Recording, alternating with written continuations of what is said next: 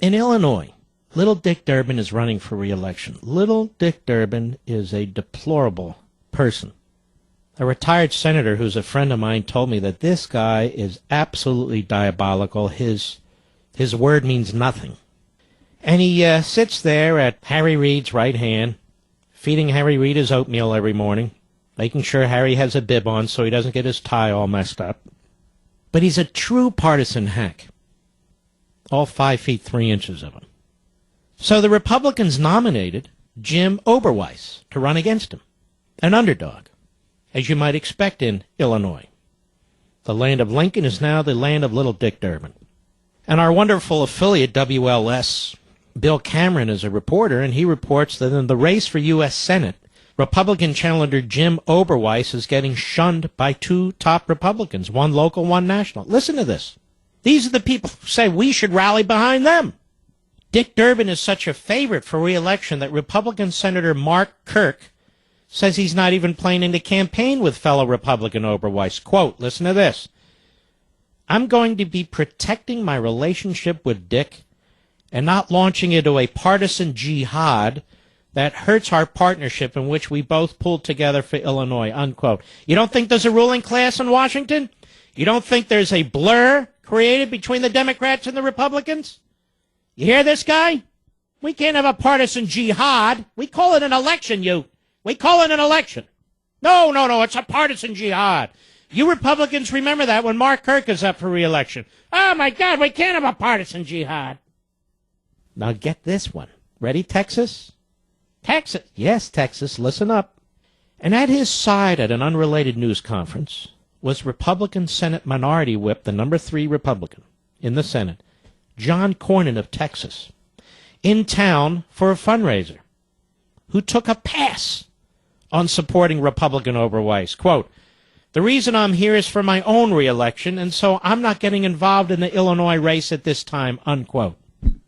You believe this? This is why I despise these incumbents. And so what you have here, says the reporter, I'm reading what he wrote, are 2 top senators throwing Oberweis under the bus. Is this not amazing? You have a former Republican senator from Indiana helping to fund the Democrat candidate in Georgia, none. You have a former Republican senator from Virginia, John Warner, endorsing, making contributions to Mark Warner, votes 97% with Obama, including for Obamacare, including for the phony stimulus bill, including everything. Now you have 2 sitting Republican senators, including the number 3 Republican in the Senate from Texas, John Cornyn. When asked about the Republican running for the Senate in Illinois, he's not a controversial man. He's a Republican running for the Senate in Illinois. One of them says he backs Dick Durbin, and the other one says, hey, look, I'm here for my own fundraising. Don't get me involved. Pathetic, John Cornyn. You're pathetic.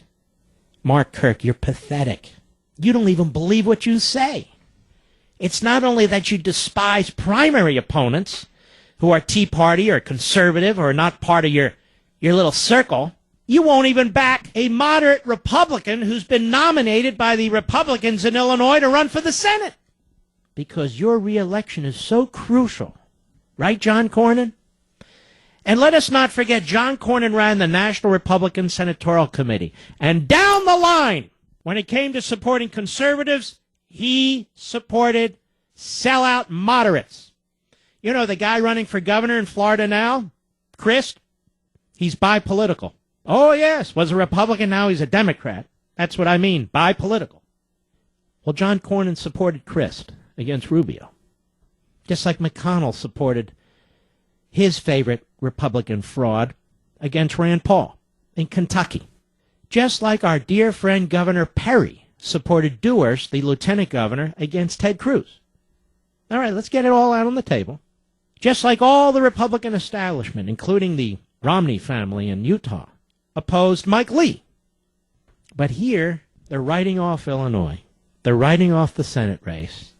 They attack us, this pathetic Karl Rove and the other pathetics that go with him. Yes, they claim that we somehow have prevented them from taking over the Senate. Not the moderates they run in California and Montana and Wyoming and so many other states. Somehow we, 3 or 4 elections, Oh, we would have won but for Delaware, but for Missouri, but for a couple more states. Now, keep in mind, 3 Senate election cycles, meaning 100 seats have been up for election, and somehow 3 or 4 seats that we lose, but we won 3 or 4 seats too. Somehow that's prevented the Republicans from taking over the Senate. Somehow the billionaires who get behind the phony, moderate Republicans who have nothing to offer people in this country, they really don't. We got to learn to work together. That's the Christie bumper sticker. Work together. Vote for Christie. Or the Jeb Bush one. I favor federalism except when it comes to education. Then I know all things. Or Kasich. The new conservatism. Expand Medicaid. These are the moderates who can win, the billionaires tell us. The hell do they know? Nothing. Nothing. So there you have it, Illinois and Texas. Mark Kirk and John Cornyn. I wouldn't give these guys 1 penny. Not a penny. Because this is the actual Republican nominee in Illinois. The primary is over. He's your mainstream Republican nominee, and they won't back him. Because they have already conceded the election in Illinois. I'm telling you. And why does Cornyn need to fundraise in Illinois anyway? Is he in trouble in Texas? Does he have some big Democrat running against him? No. I've never really liked this guy, Cornyn.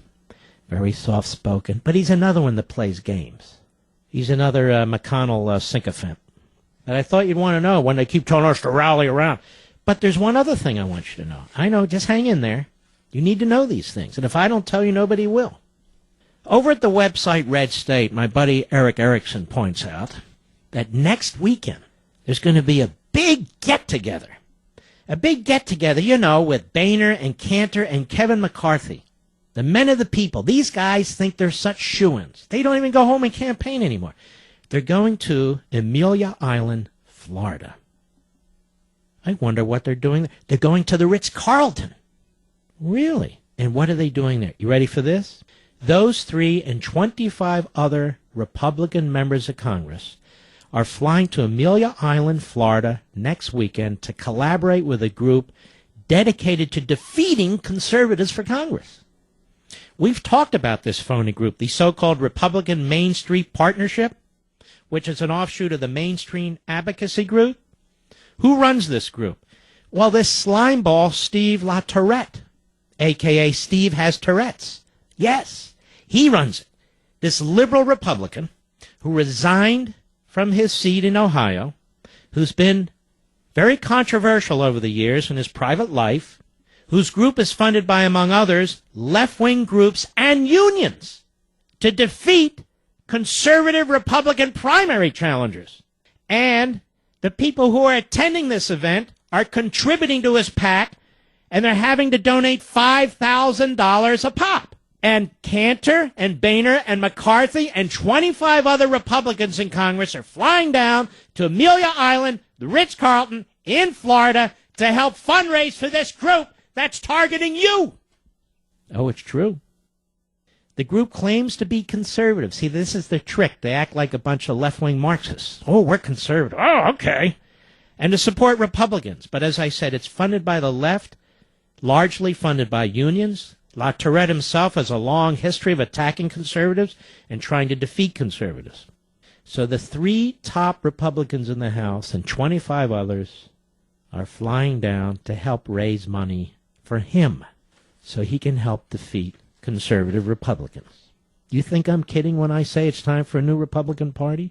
You think I'm kidding when I say it's time for new Republican leadership? Folks, this is really bad.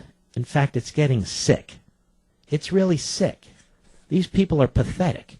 And it's time that all talk show hosts speak out. Some do, but some hold back. Republican, Democrat, Republican, Democrat. It's fine to a point.